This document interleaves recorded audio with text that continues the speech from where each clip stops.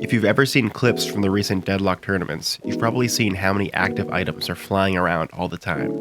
It almost seems like all 48 item slots have been filled up by the 25-minute mark. If you're like me, you may have wondered how and when am I supposed to build these items in my games. Of course, many standard builds will incorporate a few of these items. Besides that, the answer is basically, it depends, but that doesn't really help much. What exactly does it depend on, and how do I buy this stuff without totally screwing up my build? You most likely already know about all of these items, but you might avoid them because of this slight uncertainty. And if you're less familiar with them, you're less likely to buy them, so you end up sticking with the standard items from the build you have pulled up.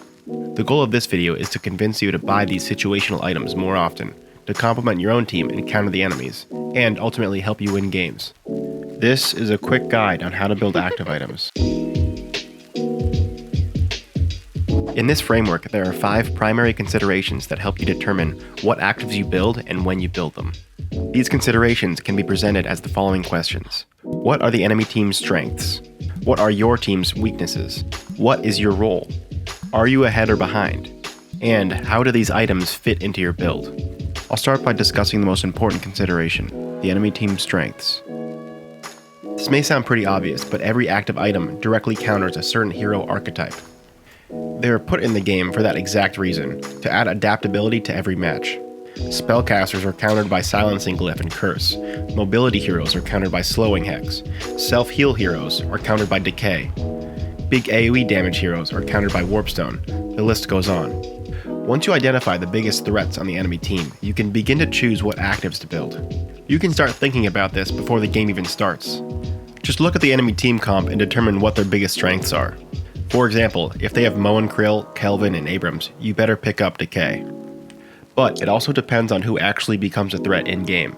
You don't want to waste 3,000 souls building Knockdown for a 2-8 Vindicta. The flip side can be just as important. Your team's weaknesses. You can build certain actives to lessen your team's weaknesses. This might mean supporting a carry that's behind, making up for a lopsided team comp, or just providing some extra sustain. For example, sometimes your team comp lacks crowd control to finish targets, so you buy items like Slowing Hex or Knockdown. Maybe your Haze isn't quite tanky enough to survive through her alt channel, so you pick up a Divine Barrier to help her out. Or maybe you have a ton of crowd control, but targets just aren't dying quick enough, so you pick up an Alchemical Fire to help out. There's a ton of scenarios where you can build situationally to patch up your team's weaknesses. Just don't go overboard trying to support your team with actives, because first and foremost, you want to maximize your own impact on the game. Your role. The third element of deciding what actives to build is your role.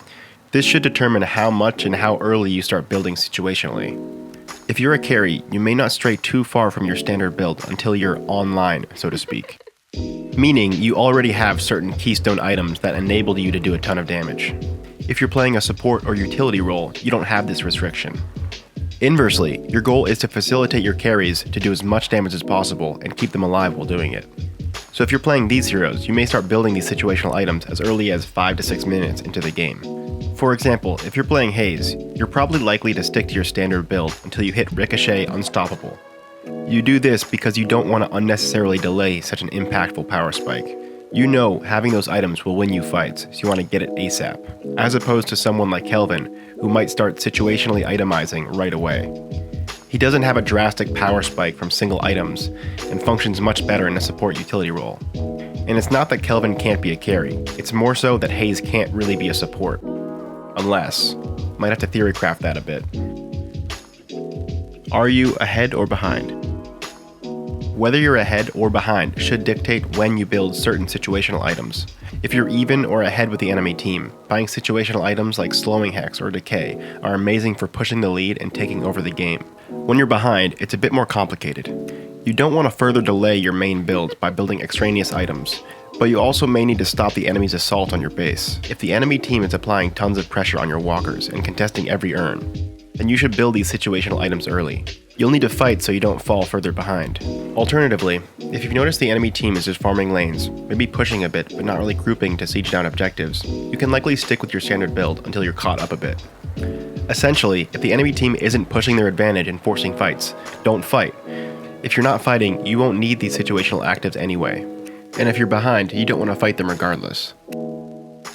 How to fit these items into your build. Whenever you're building situationally, consider what you're replacing, and will you still have room to fit the rest of your build? I.e., do you have flex slots available? For example, if I build Divine Barrier on an engage hero like mo&krill, I know I won't have room for both armor types, sprint boots, and phantom strike, which is essential to my kit. Even if I don't have flex slots, this should be a fine trade-off, because I know I won't need both spirit and bullet armor until late game. Another example would be if I'm playing turret McGinnis and I know our team needs a slowing hex for a fed lash. If I don't have a flex slot available, I may ask a teammate to build it instead, because I know I really need those spirit slots for my build to function. But I might build something like Rescue Beam to support my team, because there aren't many high priority vitality items in my build. Now for some final notes on what I've discussed. First, take any consideration around when to buy certain actives with a grain of salt. If you or your team think an item is a good pickup, go for it. This framework is a jumping off point to give you an idea of when you should consider going for certain items, especially if you're playing a new hero. I'm sure there's some game elements I missed, but this should hopefully help anyone that may be stuck building the same things every game. Also, you can apply these ideas to any item, not just actives. But I think it's most important to consider these elements for actives because their value can vary much more widely. One small tip I'd give for actives is change your item keybinds. For example, E is an open bind and is much easier to hit than Z. Finally, make sure you get used to actually using these items, or there isn't much point in buying them. That's all for now. Thanks for watching.